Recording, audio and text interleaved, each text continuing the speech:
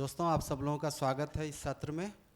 अभी का हमारा जो विषय है, साहित्य में बिहारी अस्मिता, बिहारी पहचान, इस विषय पर हम लोग बात करेंगे। हमारे बीच हैं, जैसा कि बताया गया, त्रिपुरारी शरण जी, वरिष्ठ प्रशासनिक पदाधिकारी होने के साथ कला से, संस्कृति से गहरा जुड़ाव रहा है। पुणे फिल्म इंस्टीट्यूट के डायरेक्टर रहे, दूरदर्शन के महानिदेशक रहे, काफ़ी कुछ का। अभी इनका नया उपन्यास हिंदी में माधोपुर का घर छप के आया है। इन्होंने फिल्में भी बनाई और अभय के पटना के लिए भी काफ़ी सुपरिचित नाम है।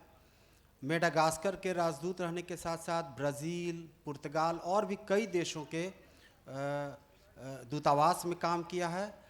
इनको कई भाषाएं आती हैं, मगही, हिंदी, पुर्तगाली, संस्कृत यहाँ तक कि जानते हैं। और एक ऐसा अद्भुत काम किया है कि पिछले बिहार में 2,500-3 हज़ार साल का जो प्रमुख साहित्य है, उसमें कई भाषाओं के उसका अंग्रेज़ी अनुवाद किया और इनकी किताब आई है बुक ऑन बिहारी लिटरेचर। तो सबसे पहले हम लोग बातचीत की शुरुआत करेंगे अभय कुमार जी से, कि लगभग इनकी पढ़ाई लिखाई राजगीर में हुई है, मगही भाषा में रहे। ये जो आपकी किताब है बुक ऑन बिहारी लिटरेचर, तो आपने बहुत लंबा वक्फा 2-3 सहस्त्राब्दी को आपने उसमें शामिल किया है। तो उसका आधार क्या था? क्या कुछ ऐसा था कि जो बिहारी पहचान को, बिहारी अस्मिता को अभिव्यक्त करता हुआ कुछ ऐसी चीज़ रहे, या फिर आपने एक भाषा को आधार बनाया कि भाई कुछ मैथिली, कुछ मगही, कुछ भोजपुरी, अंगिका, बचका, क्या आधार था? बहुत बहुत धन्यवाद। नमस्कार आप सबको। बहुत खुशी है। अनंत विजय जी, आपको बहुत धन्यवाद, और दैनिक जागरण को बहुत धन्यवाद हम सबको यहाँ लाने के लिए, हम सबको यहाँ साथ लाने के लिए। बिहार, देखिए, मैंने जो एक बार देखा कि मगही में कौन सी रचनाएं हैं, और मुझे कुछ भी नहीं मिला। तो मुझे लगा कि मगही में तो शायद कुछ लिखा ही नहीं गया है। जब बचपन में हम लोग विद्यालय में पढ़ते थे, कक्षा में जब सिलेबस में जो चीज़ें होती थी उसमें डैफोडिल्स होता था, उसमें बहुत तरह की हिंदी की कहानियाँ होती थी। लेकिन जो हमारी जो अपनी भाषाएं हैं, मतलब मदर टंग कहिए, क्योंकि मेरी मदर टंग मतलब मातृभाषा मगही ही है, क्योंकि माँ मगही बोलती हैं, तो उसमें हमें कुछ नहीं मिला। तो मैंने एक कविता लिख दी उसके ऊपर कि मगही में जो है वो शायद, और कविता छप गई। और जब कविता छप गई तो लोगों ने मुझे लिखना शुरू किया कि आपको तो कोई जानकारी ही नहीं है, मगही में तो इतने सारे चीज़ें लिखी गई हैं, इतनी सारी कविताएं हैं, इतनी सारी कहानियां हैं, उपन्यास हैं, आप देखिए। तो वो जो था, जो इग्नोरेंस है, मतलब कि जो हमारा अज्ञान था अपनी मातृभाषा के प्रति, तो वो मुझे जो है प्रेरित किया उसने कि ढूंढूं मैं मगही में चीज़ें।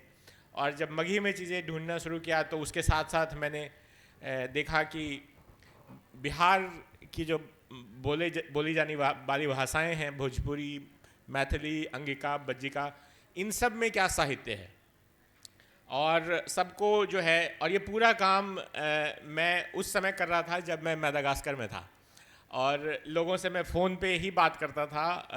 रत्नेश्वर जी यहाँ पे हैं, उनकी भी कहानी है इसमें।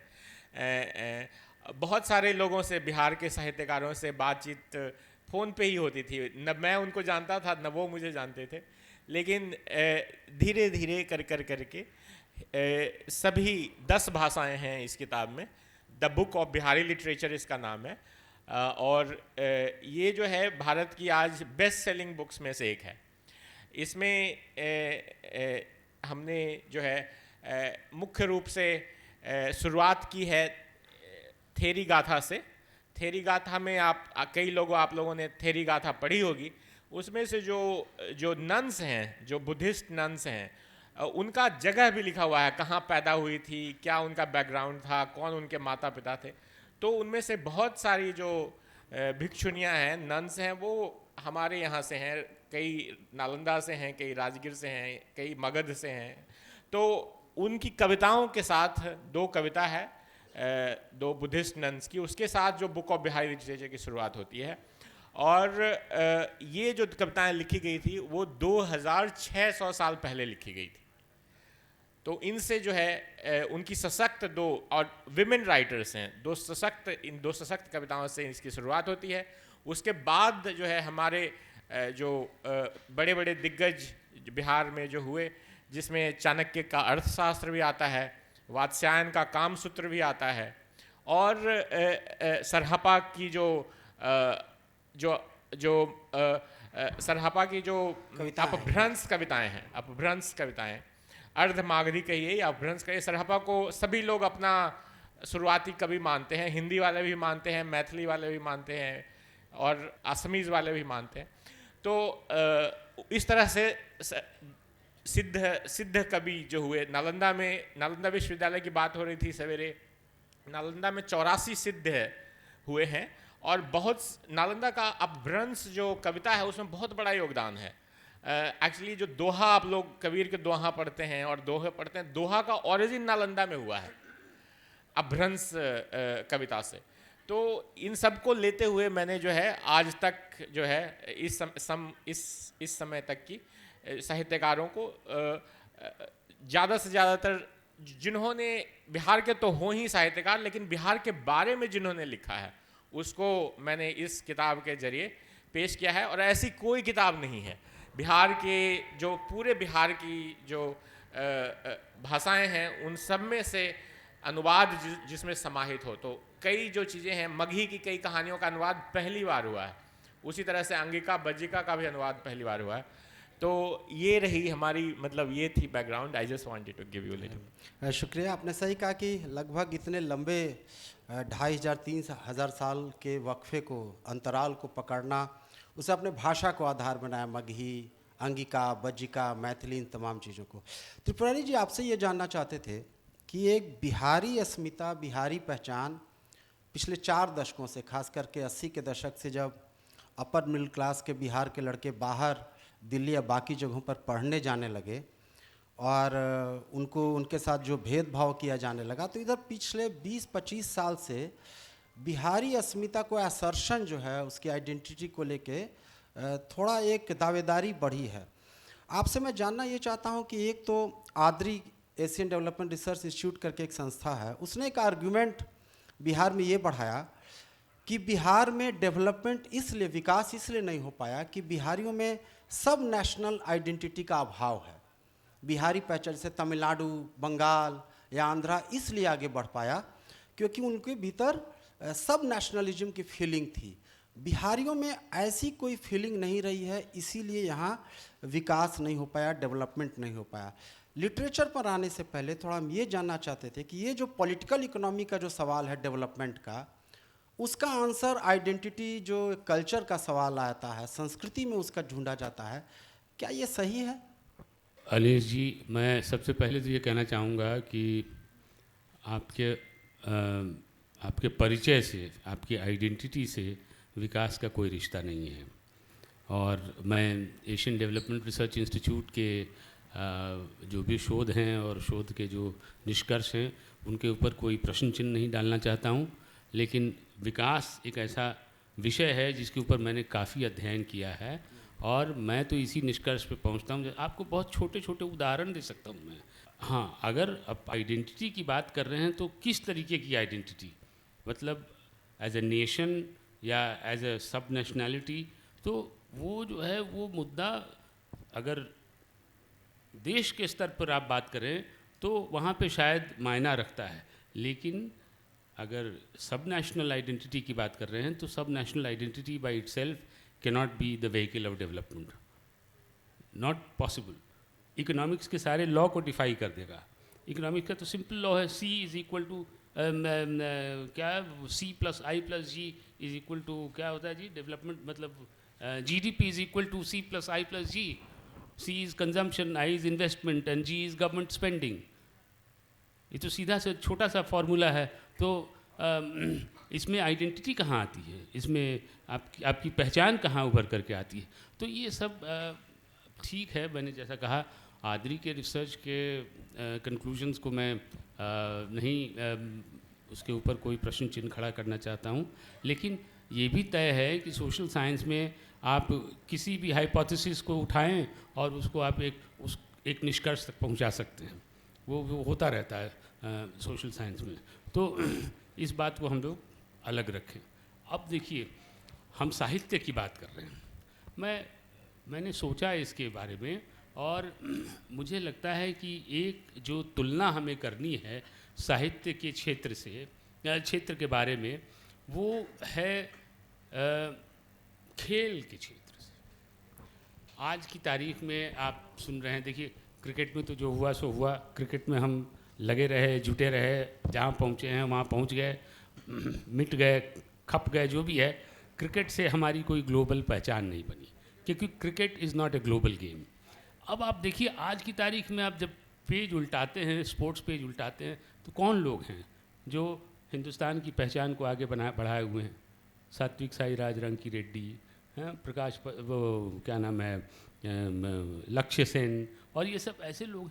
इनकी गाथा आप थोड़ा सा कुरेदिए, उसके इसमें जाइए, तो देखिएगा कि इनको एक स्तर पहुंचने के बाद इनको बड़े बड़े खिलाड़ियों, अंतर्राष्ट्रीय खिलाड़ियों से दो हाथ करने का मौका मिला, और उसी मौके का फ़ायदा उठा करके इन्होंने अपने काम में, अपने गेम में निखार लाया। तो मैं जो कह रहा हूँ कि वो ये बात है कि आपके कृतित्व के या आपकी सर्जनात्मक ऊर्जा के निखार के लिए ये बहुत ज़रूरी है कि मंच आपको सही मिले और मंच सशक्त मिले। अब देखिए, ऐसा तो नहीं है कि सृजन कर्म ठप हो गया बिहार में, ऐसा तो नहीं है, वो तो कभी हो ही नहीं सकता। और मैं इस बात को मैं खुद देख चुका हूँ। आज से 30 साल पहले जमशेदपुर में एक लघु पत्रिकाओं का कॉन्फ्रेंस हुआ था, और उन लघु पत्रिकाओं के कॉन्फ्रेंस में बिहार की लघु पत्रिकाओं ने एक अपना बोलबाला बना रखा था। अब तो उन सब का अस्तित्व ही ख़त्म हो गया। अब तो ये डिजिटल एज में ये हर कोई कुछ न कुछ लिखता है, और वो कहाँ जाता है, उससे उसकी क्या पहचान बन पाती है, मुझे तो नहीं पता चलता। मैं कोशिश करता हूँ खोजने की, लेकिन मुझे कोई ऐसा दो तीन मंच हैं समालोचन वगैरह लेकर के, लेकिन कोई ऐसा सशक्त मंच नहीं मिलता जिसमें कि अगर आप पहुँच गए तो आपका बड़ा नाम हो गया। ये है ही नहीं। क्योंकि मैं एक एक्सप्रेशन यूज़ करता हूँ, the pathology of excessive choice, जहाँ आपको मालूम है कि सैकड़ों किस्म के विकल्प आपके सामने हैं, तो आप किसी सही विकल्प को चुनेंगे ही नहीं। क्योंकि आपको अगर 4 लोगों में से किसी को चुनना है तो आप 1 2 3 4 करके चुन सकते हैं, उनके खूबियों और खामियों को देख करके। लेकिन आपको कहा जाए 400 लोगों में से 2 लोग चुनने हैं, तो आपका दिमाग खुद वैसे ही गड़बड़ हो जाएगा। तो वो जो एक्सेसिव चॉइस है, वो डिजिटल मीडियम ने हमें वो वहाँ पर पटक दिया है ला करके, और उसका सबसे बड़ा असर अगर पड़ा है तो वो साहित्य के सृजन के क्षेत्र में है। और इसीलिए आप देखिएगा, मतलब साल दर साल देश में बहुत कुछ होता रहता है, लेकिन उसकी आहट आम आदमी तक नहीं पहुंच पाती है। क्योंकि आम आदमी तक आहट पहुंचने के लिए ये ज़रूरी है कि वो मंच जो है वो इतना सशक्त हो कि आम आदमी उसकी प्रतीक्षा करे, उसको देखे, उसकी तरफ नज़र टकटकी निगाह से देखता रहे कि कब क्या हो रहा है, क्या नहीं हो रहा। तो फिर वही बात है कि एक तो अपने सृजन कर्म के परिष्कार के लिए वो क्या कहते हैं, कंपटीशन, वो प्रतिद्वंद बहुत ज़रूरी है, और उसके लिए बहुत ज़रूरी है मंच। और मंच को प्रदान करने का बीड़ा, अब जैसे मान लिया दैनिक जागरण ने उठाया, कितने लोग उठाते हैं? 14 करोड़ लोगों का हमारा राज्य है, कितने लोग उठाते हैं ऐसा बीड़ा? और क्या कहते हैं, विश्वविद्यालयों में तो ये परिपाटी ही ख़त्म हो गई। विश्वविद्यालयों में मतलब पढ़ाई का तो जो हुआ उस पर मैं कोई टिप्पणी नहीं करना चाहता हूँ, लेकिन जो एक परिपाटी थी, मुझे अभी भी याद है, मैं जिस शहर से आता हूँ उस शहर में विश्वविद्यालय जो है, वहाँ पे आज से 30 साल 40 साल पहले गोष्ठियाँ होती थी, सभाएं होती थी, वहाँ के लोग बाकायदा भाग लेते थे। लेकिन अभी तो जाता हूँ तो लुम्पनिज़्म गुंडागर्दी और इन सब चीज़ों के अलावा कुछ वहाँ सुनाई नहीं देता है। तो बिहारी अस्मिता की बात हम तभी करें जब हम उसको एक मंच दें, वहाँ पर पहुँचने के लिए लोगों के लिए संसाधन जुटाएं, उनको संसाधन दें, उनको इतना हम रिसोर्सफुल बनावें कि वो उन मंचों का सही तरीके से उपयोग कर सकें। बहुत अच्छा पॉइंट उठाया। अब है जी, आपसे ये जन आप लगातार बाहर रहे, आपकी स्कूलिंग यहाँ पटने में हुई, जो भी छवि बनती है, इमेज बनता है, तो जैसे मास मीडिया बनाता है, फिल्में बनाते हैं, आप हिंदी फिल्म देखें तो बिहारी जब भी कोई चरित्र होके आता है तो चोर आएगा, ठग, बटमार, दस्यु, तस्कर, इसी रूप। हमको याद है कि सुभाष घई करके बड़ा थर्ड रेट का एक फिल्म मेकर है, उसने कहा कि बिहार में आपकी फिल्में चलती क्यों नहीं, तो उसने बोला कि मैं बिहार के चवनिया दर्शकों के लिए फिल्में नहीं बनाता।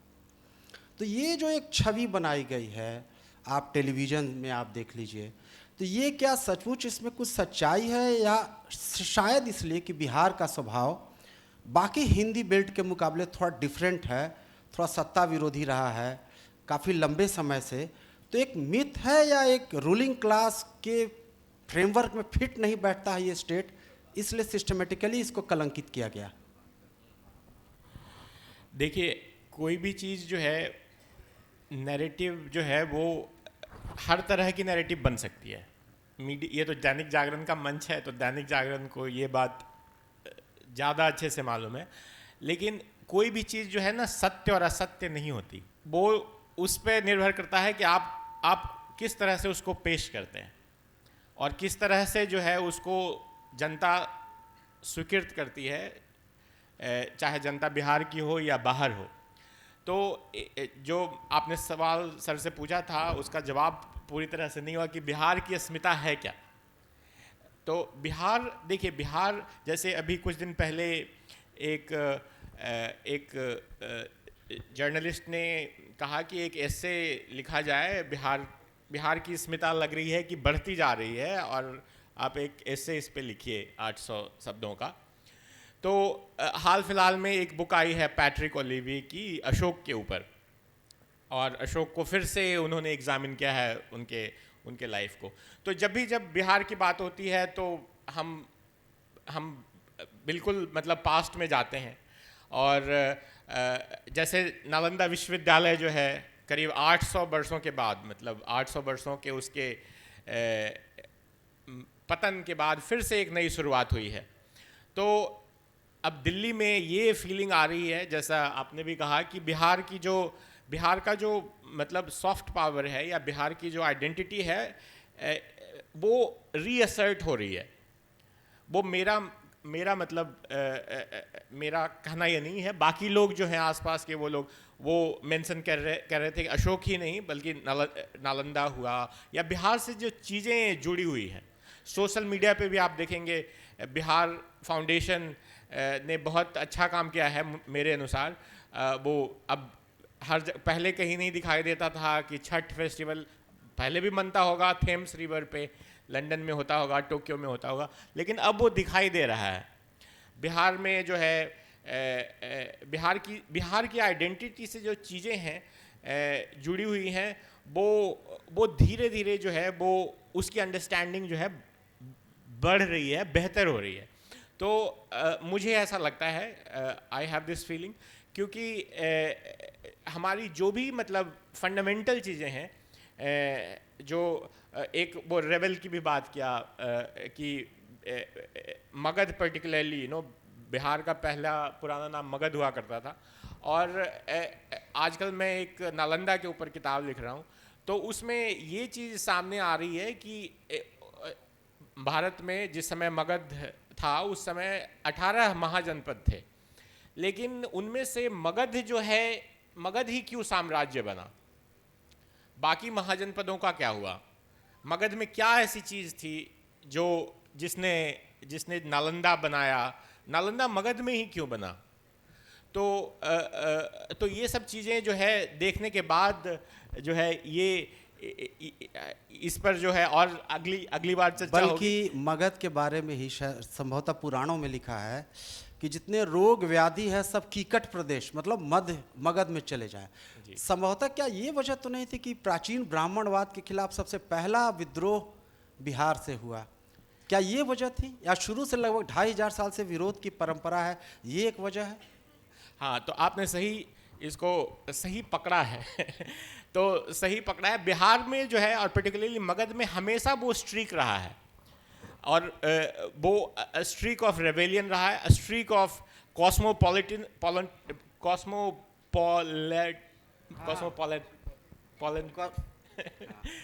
मतलब कि जो है पॉलिटिज्म का जो है वो स्ट्रीक रहा है। और आज भी इसीलिए जो अभी बात कर रहे थे कि जो हमें सब नेशनल स्ट्रीक नहीं है, वो क्यों नहीं है बिहार में, इसको भी हमें सोचना होगा कि सारे तमिल या बंगाली या कोई मिल जाते हैं तो शुरू हो जाते हैं, लेकिन बिहारी क्यों नहीं करते ऐसा? क्योंकि बिहार के अंदर ही आप देखिए कितना इस तरह का, कितनी डाइवर्सिटी है। The book of Bihari literature में 10 भाषाएं हैं, और कई लोग, मुझे ही नहीं मालूम था एक्चुअली, जो मगधी प्राकृत है या अर्ध मागधी है वो 6 भाषाओं की जननी है। लोग कहते हैं कि ये सब तो हिंदी के डायलेक्ट हैं, लेकिन हिंदी की उत्पत्ति ही बहुत बाद में हुई है। तो जो थेरी गाथा लिखी हुई है वो पाली में, लिखी पाली में गई है, लेकिन उसकी जो भाषा है वो मागधी है, मागधी प्राकृत है, क्योंकि पाली बोले जाने वाली भाषा नहीं है, पाली लिखे जाने वाली भाषा है। तो ये सब कुछ चीज़ें हैं जो। त्रिपुरारी जी, आपसे ये जानना चाहते थे कि अभी हिंदी का जो साहित्य है, जैसे आप भिखारी ठाकुर का नाटक देखें विदेशिया, तो बिहार की एक पुरानी समस्या रही है लगभग 19वीं शताब्दी से पलायन को, तो विदेशिया उसको पकड़ता है। आधुनिक समय में जैसे अरुण प्रकाश की एक कहानी है भैया एक्सप्रेस, ऐसे ही, तो ये क्या साहित्य उसको जो बिहार के साथ जो भेदभाव किया जाता रहा है, जैसे कहा जाता है कि 1857 का एक बहुत बड़ा सेंटर था बिहार, तो उसके बाद अंग्रेज़ों ने भी पिछड़ा बनाए रखने की कोशिश की, और आज़ाद भारत की सरकारों ने, चाहे फ्रेट इक्वलाइजेशन पॉलिसी हो या और दूसरे, बिहार को सिस्टमेटिकली, क्योंकि एक रेसिस्टेंस यहाँ से आता था, तो उसकी वजह से इसको, जैसे अभी भी देखिएगा कि पूरे हिंदी बेल्ट में सांप्रदायिक शक्तियाँ सबसे कमज़ोर अगर हैं तुलनात्मक रूप से तो बिहार में है। अभी तक अपनी बदौलत वो सत्ता में नहीं आई है। तो ये जो रूलिंग क्लास की आइडियोलॉजी है उसमें तो लगता है कि थोड़ा विरोध करता है, रेसिस्ट करता है, इसी की वजह से इसको ज़्यादा कलंकित किया गया। अब जैसे उदाहरण मैं दूंगा, मनोज तिवारी नाम के एक गायक है, अभी सांसद बनने से पहले उनका एक गीत था कि हम हैं बिहारी, हमसे ना टकराई है, हमसे अगर टकराए तो उसका मतलब था कि इतना गोली मारेंगे कि खोखा नहीं गिनाएगा। ये तो लंपट बिहार की छवि ले आता है। ऐसे ही गीत आप भोजपुरी को देखेंगे, एक फ्यूडल बिहार, लंपट बिहार, जो कि पूरा ट्रेडिशन आपका बिहार का एंटी फ्यूडल का रहा है, पुराना जमींदारी उन्मूलन करने वाला पहला स्टेट रहा है। तो आपको लगता है कि एक कॉन्ट्राडिक्टरी एक शक्तियां हैं, घात प्रतिघात चल रहा है बिहार की पहचान को डिफाइन करने के लिए? बहुत गूढ़ और गहरे प्रश्न हैं। मेरे ख्याल से किसी और मंच पर हम लोग इसको डिस्कस करें तो बेहतर रहेगा। मैं कहना चाहूँगा इस पर कि ये जो हर तरह की शक्तियाँ होती हैं, लंपट बिहार का भी कई लोग उसको भी आगे बढ़ा रहे हैं, लेकिन और तरह के भी काम हो रहे हैं। अब है कि किसको आप प्रमोट करते हैं, किस पे आप जोड़ देते हैं, किसको आप आगे बढ़ाते हैं, क्योंकि हर समय हर जगह, मतलब कि हर जगह 100% तो कहीं भी ठीक नहीं होता। लेकिन अब है कि हमारे पास सिर्फ भोजपुरी नहीं है, हमारे पास 10 भाषाएं हैं, और हम उसको कैसे हाईलाइट करेंगे, कैसे आगे बढ़ाएंगे, किस चीज़ को हम प्रोजेक्ट करते हैं नेशनली इंटरनेशनली। अब तो बहुत सारे साधन हैं, और बहुत जो है चीप साधन हैं, उसके ज़रिए जो है ब्रांडिंग जो है एक आर्ट है, और अगर हम उस पर फोकस करें तो हम जो है वैसी छवि प्रस्तुत कर सकते हैं जैसी हम चाहते हैं। त्रिपुरारी जी, जैसे 19वीं शताब्दी की एक बहुत ही प्रमुख घटना है जिस पर हम चाहेंगे कि बिहारी आइडेंटिटी को डिफाइन करने में, जैसे भारतेंदु हरिश्चंद्र के बारे में कहा जाता है कि वो खड़ी बोली गद्य के लिए काफ़ी प्रमोट करते थे, लेकिन पद्य के लिए, कविता के लिए ब्रज भाषा की वकालत करते थे। तो उसको चैलेंज किया सबसे पहली बार मुजफ्फरपुर के, जहाँ से आप भी आते हैं, अयोध्या प्रसाद खत्री ने, और कहा कि नहीं, खड़ी बोली में कविता की जा सकती है, और काफ़ी उनका जीवन भी है। एक वजह थी शायद कि खड़ी बोली में उर्दू के, फारसी के काफ़ी लफ्ज़ थे। तो ये अयोध्या प्रसाद खत्री कहा करते थे कि अगर उर्दू को अगर देवनागरी स्क्रिप्ट में लिख दें तो वो हिंदी हो जाती है। तो उर्दू से जो मुसलमानों का जो फीलिंग आता था कि हिंदू मुसलमान एकता की बात करते थे, इसको भारतेंदु उत्तर प्रदेश के जो लेखक साहित्यकार उनको दिक्कत होती थी। और अंतिम बात ये कि जैसे जज शायद सुप्रीम कोर्ट का बना कोई उत्तर प्रदेश का हिंदू, तो यूपी के साहित्यकारों ने बहुत सेलिब्रेट किया कि एक हिंदू बना है उसका। बिहार का एक मुसलमान बना तो उसने कहा कि एक बिहारी बना है। तो ये जो सेकुलर स्वभाव रहा है बिहार के, आपको लगता है कि अभी भी साहित्य में वो लगातार निरंतरता बनी रही है? देखिए, ये कहना कि सेक्युलर छवि थी या बिहार में एक सेक्युलर डोमेन था, एक सेक्युलर क्या कहते हैं आइडेंटिटी थी, ये सब गलत है। क्योंकि आप सन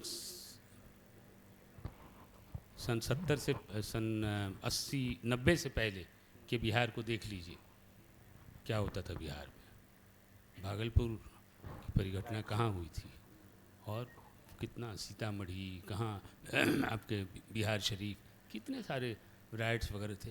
तो ये तो इसको अगर ज़रा बड़े परिदृश्य पर देखिए तो ये तो ब्रिटिश साम्राज्य ने जो करना चाहा उसी को खुदरा खुदरा में हम लोगों ने झेला, ठीक है ना। क्योंकि सारा कुछ तो वो कर नहीं पाए जो करना चाहते थे। वो तो सब दिन यहाँ रहना चाहते थे, और सब दिन जब उन्होंने देखा कि हम नहीं रह सकते हैं तो अलग अलग किस्म का तंत्र मंत्र अपनाया उन्होंने। और ये जो कम्युनल डिवाइड है ये उसी की एक क्या कहते हैं, हाँ, उसी की उपज है। और दूसरा आपने क्या प्रश्न किया था?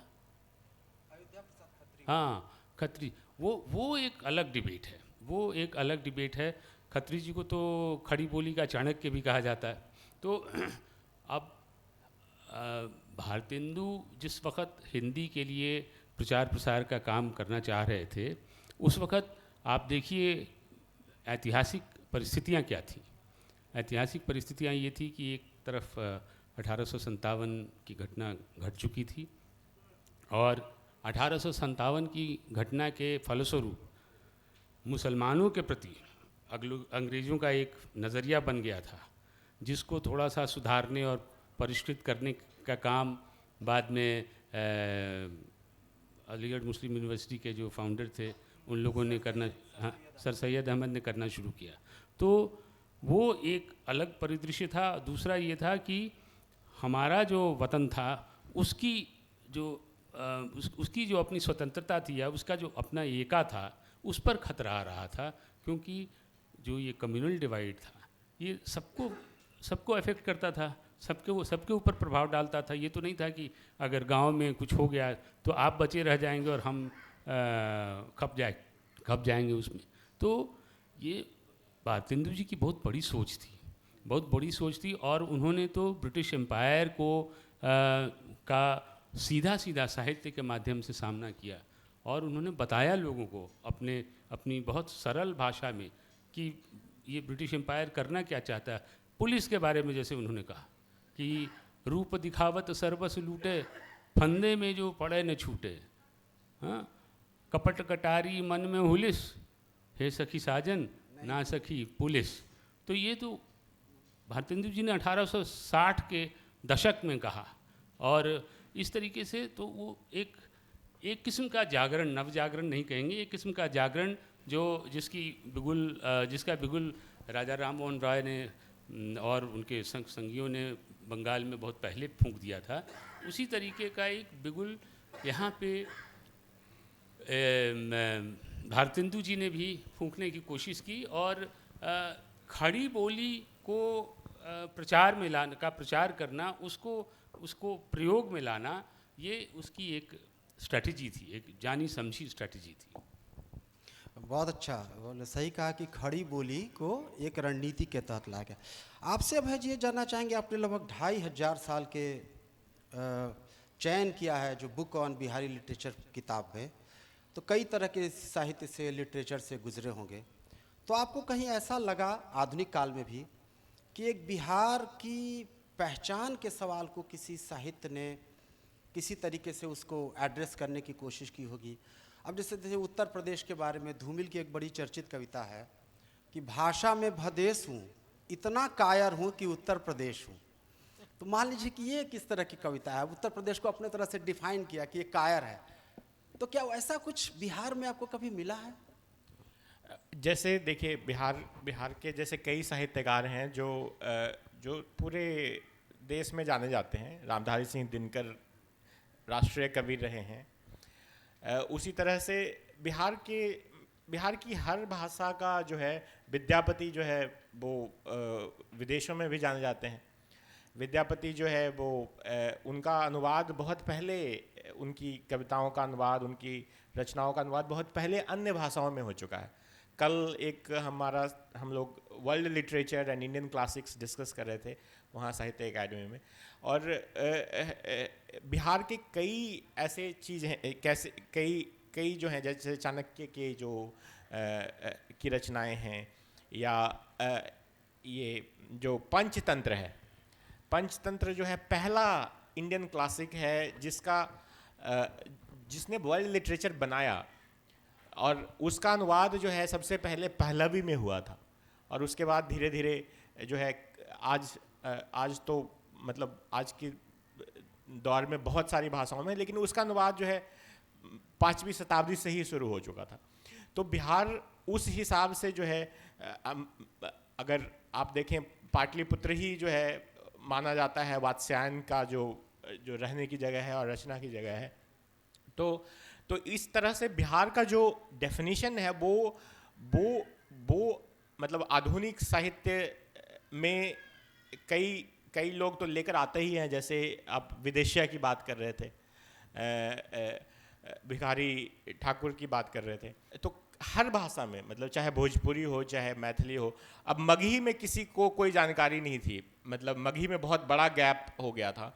तो ये जो है मैंने उस काम को क्योंकि मगही के प्रति मेरा पूरा इग्नोरेंस था, तो ये एक जो है मगही की जो रचना है, जयनाथपति जी का नाम आप लोगों ने नहीं सुना होगा। ये जो है जयनाथपति जी, आज से 100 साल पहले उन्होंने ये उपन्यास फूल बहादुर लिखी थी, और नवादा के रहने वाले थे। और ये इतनी अच्छी किताब है, इतनी अच्छी कहानी है इसकी, एक नॉवेला है और बिहार शरीफ की कहानी है, और आप सब जरूर इसको पढ़ें। ये लगता है जैसे कल ही लिखा गया हो। तो कोई भी जो टाइमलेस चीज़ होती है, वो चाहे वो गोगोल की द इंस्पेक्टर जनरल हो, ये बिल्कुल वैसी इंस्पेक्टर जनरल की तरह लगती है। और ये कहानी जो है वो एक मुख्तार की है, जो कि राय बहादुर का टाइटल पाना चाहता है।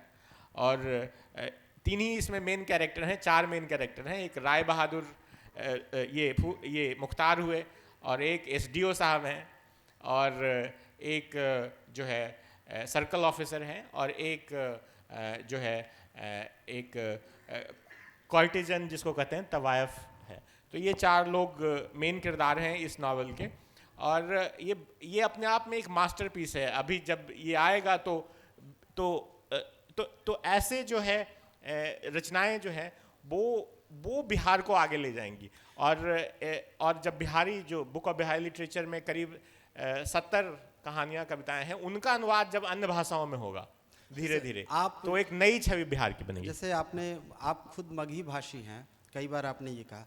पटना यूनिवर्सिटी में एक बहुत अच्छे इंग्लिश के प्रोफेसर थे, कपिल मुनि तिवारी, KM तिवारी। उनकी एक बहुत अच्छी किताब है, linguistic deprivation and socially disadvantaged. उन्होंने मगही भाषा के बारे में बहुत दिलचस्प बात कही कि अगर कहीं मगही भाषी है और मैथिली भाषी है, तो अगर मैथिली भाषी है तो मैथिली में बात करना पसंद करेगा, भोजपुरी है वो भी प्रेफर करता है। मगही भाषी अगर कहीं मिलते हैं तो मगही के बजाय बहुत जल्दी स्विच ऑफ हिंदी की तरफ कर जाते हैं। नहीं, वो कहता है कि भाई, और मैथिली के साथ दिक्कत क्या थी कि वो स्टैंडर्डाइज कर दिया गया, मानकीकरण कर दिया गया।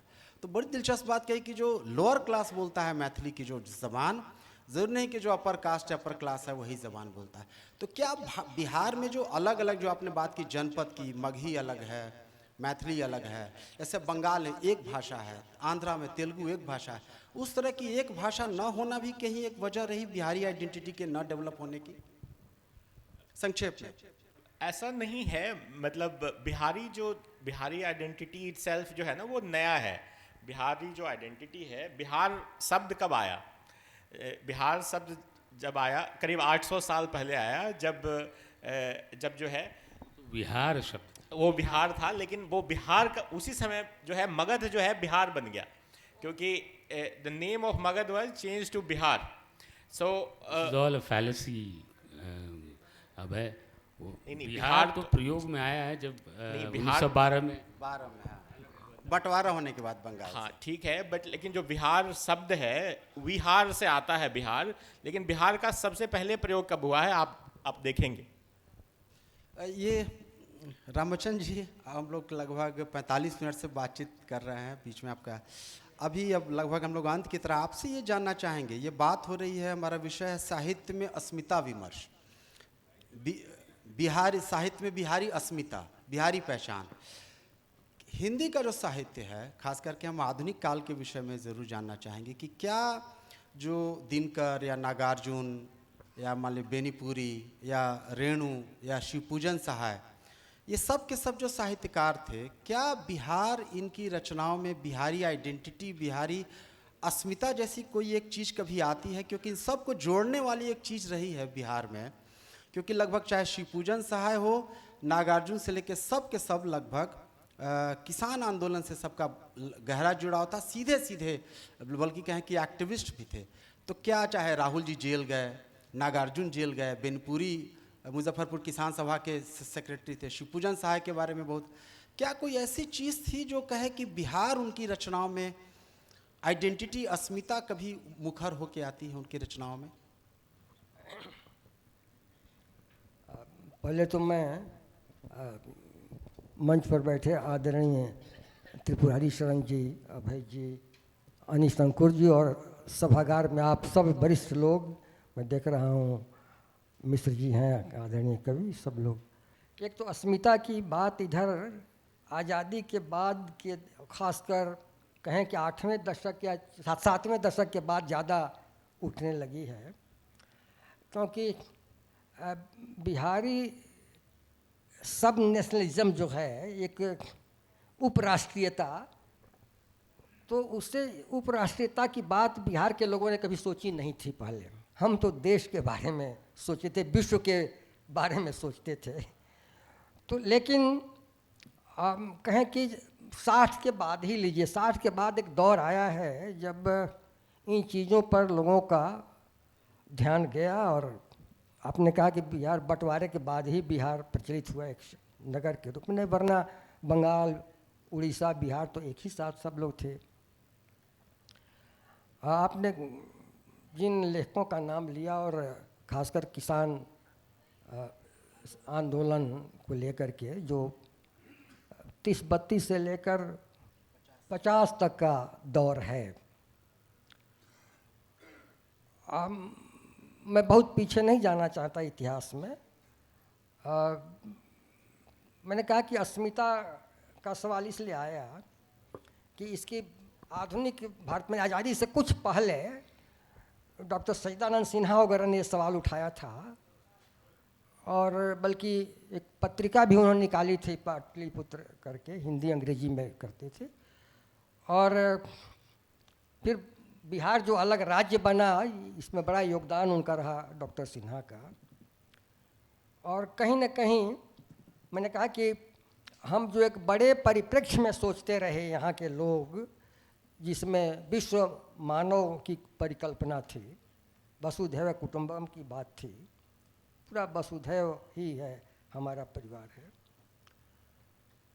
लेकिन जाने अनजाने ये जो एक उपराष्ट्रीयता की बात आने लगी कि भाई हम अपनी बानी, बोली, खान पान, इसको लेकर के एक जो ये पक्ष सामने आने लगा, तो हमने सोचा कि भाई हम कहाँ हैं, खड़े हैं इस पूरे देश के भूगोल में, हमारा क्या स्थान है। ये खोज शुरू हुई, और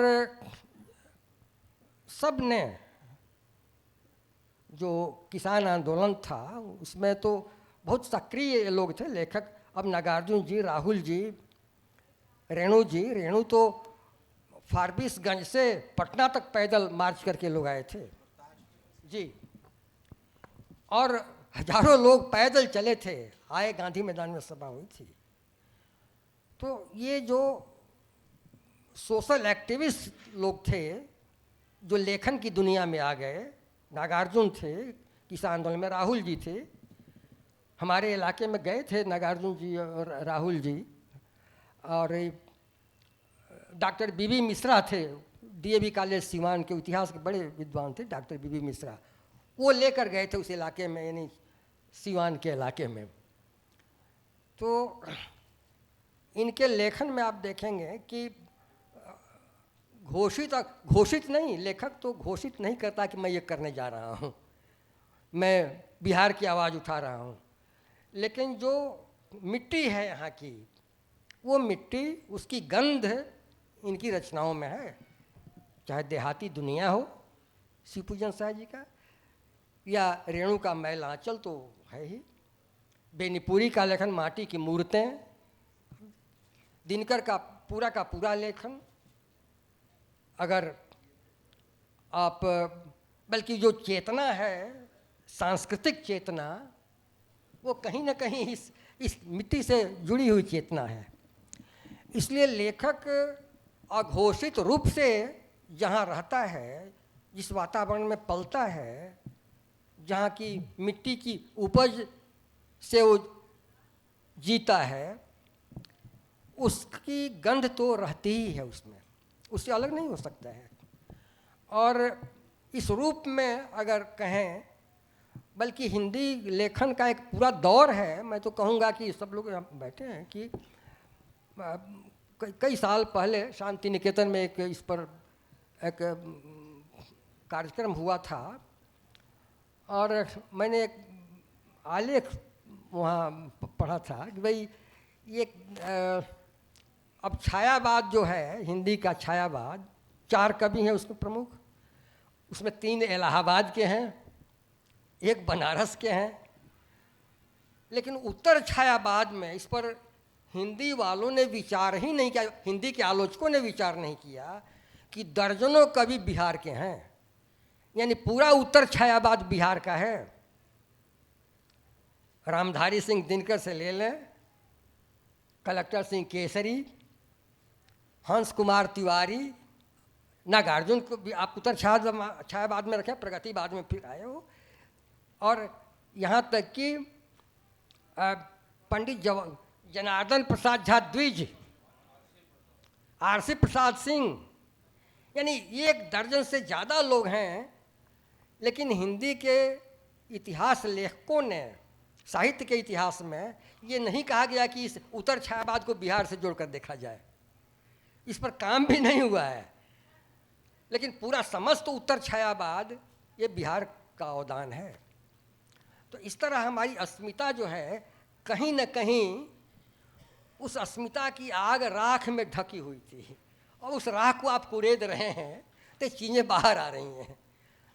और फिर मैं कहता हूँ कि ये उपराष्ट्रीयता ये जो भावना आती है, ये कहीं न कहीं राष्ट्रीय समृद्धि में भागीदारी जब कम होने लगती है, ये राष्ट्रीय समृद्धि मैं कह रहा हूँ केवल आर्थिक ही नहीं, सांस्कृतिक समृद्धि, साहित्यिक समृद्धि, उस राष्ट्रीय समृद्धि में हमारा हिस्सा कम होने लगता है, तब हमें चिंता होती है इस अस्मिता की।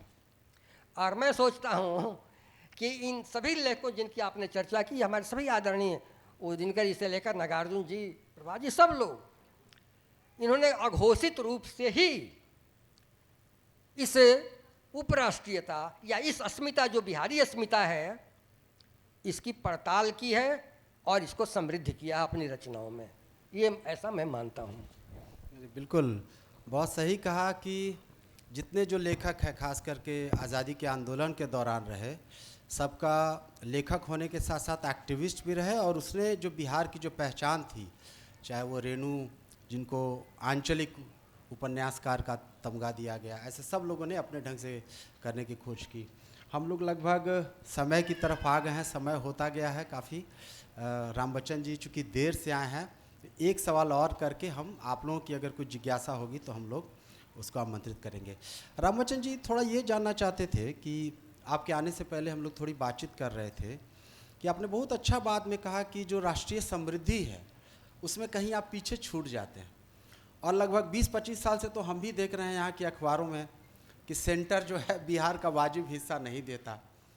पॉलिटिकल इकोनॉमी में, अर्थशास्त्र में भी और सांस्कृतिक संस्थाओं में भी जो ललित कला अकादमी है, संगीत नाटक अकादमी है, उस सबको लगता है कि बाकी प्रदेशों में, हिंदी प्रदेशों में जितना उसका इन्वेस्टमेंट है, निवेश है, बिहार में उसका कम होता है। बिहार के रचनाकारों को भी ये लगता है कि जो दिल्ली या बाकी जगह है, बड़े रचनाकार होने के बावजूद भी उनको तवज्जो कम मिलती है। हम लोगों के यहाँ का जो पर्यटन विभाग है वो हमेशा तृतीय दर्जे के लेखकों अति गायकों को बुलाएगा 4 गुना पैसा ज़्यादा देके, और यहाँ का बड़ा कलाकार भी है तो उसको कम पैसा दिया जाता है। तो इन सब चीज़ों से एक बिहार को लेकर के कहीं ना कहीं दबा कुचला भाव है।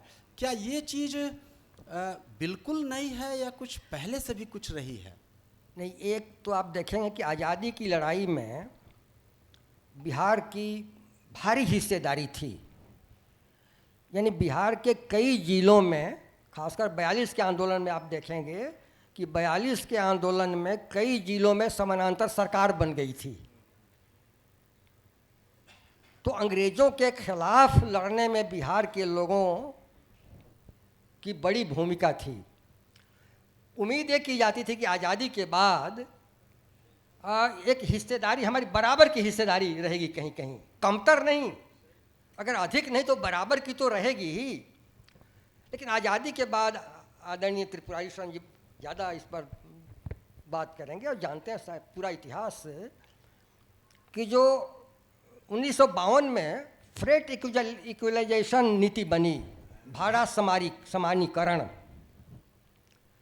वो नीति पूरी तरह भाड़ा समानीकरण की नीति बिहार के खिलाफ थी। और बहुत दिन के बाद बिहार के लोगों ने आवाज़ उठाई, हाल के दशकों में। लेकिन आज़ादी के बाद से उसमें क्या था कि कोयला बिहार में, अबरख बिहार में, यानी खान यहाँ है और यहाँ का माल बाहर जाएगा। अगर गुजरात जा रहा है, महाराष्ट्र जा रहा है, तो उसका किराया उतना ही लगेगा जितना बिहार में। इसी में जो बातचीत सवाल ये था कि क्या बिहार में जो प्रतिरोधी चेतना इतनी ताकतवर थी उसके चलते इसके साथ भेदभाव किया, चाहे अंग्रेज़ों ने, चाहे आज़ाद भारत की सरकार ने, या आज के जो दिल्ली या बाकी जो पावर नेटवर्क से जुड़े हुए लोग हैं, रेसिस्टेंस का तत्व यहाँ ज़्यादा था इस कारण? बिल्कुल ये है। और एक तो उपेक्षा का भाव भी था। राम बच्चन जी, मैं एक सेकंड जरा अनिल को यहाँ रोकूंगा। देखिए, ये जो प्रतिरोधी चेतना का आप झंडा उठाए हुए हैं ना, इससे कुछ नहीं होने वाला है, कुछ नहीं होने वाला। मैं बता रहा हूँ आपको, ये प्रतिरोधी चेतना करते करते हम धंस गए। प्रतिरोधी चेतना क्या तेलंगाना में नहीं थी? तेलंगाना में इंसरेक्शन नहीं हुआ था? आप बताइए, तेलंगाना कहाँ है, हम कहाँ हैं? तो देखिए, हमको आत्ममंथन करने की ज़रूरत है। आत्ममंथन करिएगा तभी, और अपनी सोच को बराबर अप टू डेट कीजिए, पीछे में मत जाइए। अपनी सोच को ज़रा परिष्कृत कीजिए और उसको समय के साथ आगे लेकर के चलिए। अब आपने जो त्रिपुरारी जी ने जो बात कही, नहीं, प्रतिरोध भी अपनी जगह सही है, उससे इनकार नहीं किया जा सकता। लेकिन प्रतिरोध को आप बहाना नहीं बना सकते। नहीं, हाँ, उसको मैंने इस रूप में, या ऐसा कहें कि कुछ एक समन्वय कायम करने की एक ऐसी एक मध्यम मार्ग हो सकता है, बीच का रास्ता, कि बिहारियों की जो शालीनता थी, इस शालीनता को बाहर वालों ने कमजोरी समझ लिया, बाहर के राज्यों के। आप देखेंगे एक खास तरह की और कोई आरोपित शालीनता नहीं है, इस कृषि संस्कृति की देन है। कृषि संस्कृति, किसान जो होता है, आप गोदान के होली को देखिए तो पूरी किसान चेतना ही शालीन है, समन्वयवादी है, अपनापा है लोगों के बीच में। तो इसको कहीं ना कहीं गलत समझ लिया गया, हमारा दब्बूपन, हमारी कमजोरी, और इसलिए भी हकमारी होती रही। वो राजनीतिक दृष्टि से पूरा आप इतिहास, भारत समानीकरण को लेकर क्यों उद्योग क्यों नहीं लगे बिहार में, गुजरात में लगे, महाराष्ट्र में लगे? क्योंकि अगर कोयला आ रहा है धनबाद से तो उतना ही किराया बिहार को भी देना पड़ा, कोई फायदा नहीं, खान हमारी है, लेकिन खान से निकलने वाला जो पदार्थ है उसके लिए उतना ही हमको देना पड़ता है। बल्कि बम्बई या अहमदाबाद में जो कोयला जा रहा था उसमें अधिक किराया लगना चाहिए था, लेकिन उतना किराया हमको देना पड़ा धनबाद से लाने के लिए। तो आप समझें कि जो उद्योगपति है बम्बई में बैठा हुआ है, पटना में आकर। राम बच्चन जी, एक करेक्शन और यहाँ पे कर दूंगा मैं। 15 वर्षों तक, चूँकि मैं सरकार में था और बहुत दिनों तक बाहर भी था, लेकिन मैं इतना जानता हूँ कि जो उस वक्त प्लानिंग कमीशन का एलोकेशन और फाइनेंस कमीशन का एलोकेशन का फॉर्मूला था, वो था कि आप इतना खर्च करेंगे तो आपको इतना पैसा मिलेगा। मैं जानता हूँ कि हम खर्च नहीं कर पाते थे, हमारा खर्च नहीं हो पाता था, तो अगले साल कहाँ से मिलता पैसा? तो हमारा तंत्र इतना कमज़ोर हो गया था। तंत्र क्यों कमज़ोर हुआ ये एक अलग विषय है, उस पर हम लोग अलग बात करें। हम लोग तो आप ये भी जानते हैं, जब सरकार में थे और सब कुछ देखते थे, आप तो सेक्रेटरी थे भारत सरकार में, तो होता क्या था कि जो भारत सरकार के बहुत सारे अनुदान जो आते हैं उसमें पहले 50-50 का था, इसके बाद 60-40 हो गया, इसके बाद राज्यों, अब हुआ कि नहीं साहब, अब 60 राज्य को और 40 केंद्र को देना होगा। तो ये हमेशा मानदंड बदलता रहा। प्लानिंग कमीशन जो था, प्लानिंग कमीशन ने ऐसी नीति बनाई कि ये रेशियो घटता बढ़ता रहा। इस वजह से हम खर्च नहीं, बहुत सारी योजनाएं आती थी, उतना हम पैसा नहीं दे सकते थे, हमारे कोष में नहीं था, तो मैचिंग ग्रांट हम दे नहीं पाते थे। ये कारण भी हमारी गरीबी का रहा, योजनाएं अधूरी रह गई। बिल्कुल, अब समय लगभग समाप्त हो चुका है। दोस्तों, काफ़ी धैर्यपूर्वक आप लोग बातचीत करते रहे। अंत में सिर्फ एक बात कह के हम एंकर को अपनी बात सौंपेंगे। एक फिल्म मेकर है चंद्र प्रकाश द्विवेदी, तो उनको बिहार में काफ़ी रुचि रहती है, दिलचस्प चाणक्य सीरियल उन्होंने बनाया।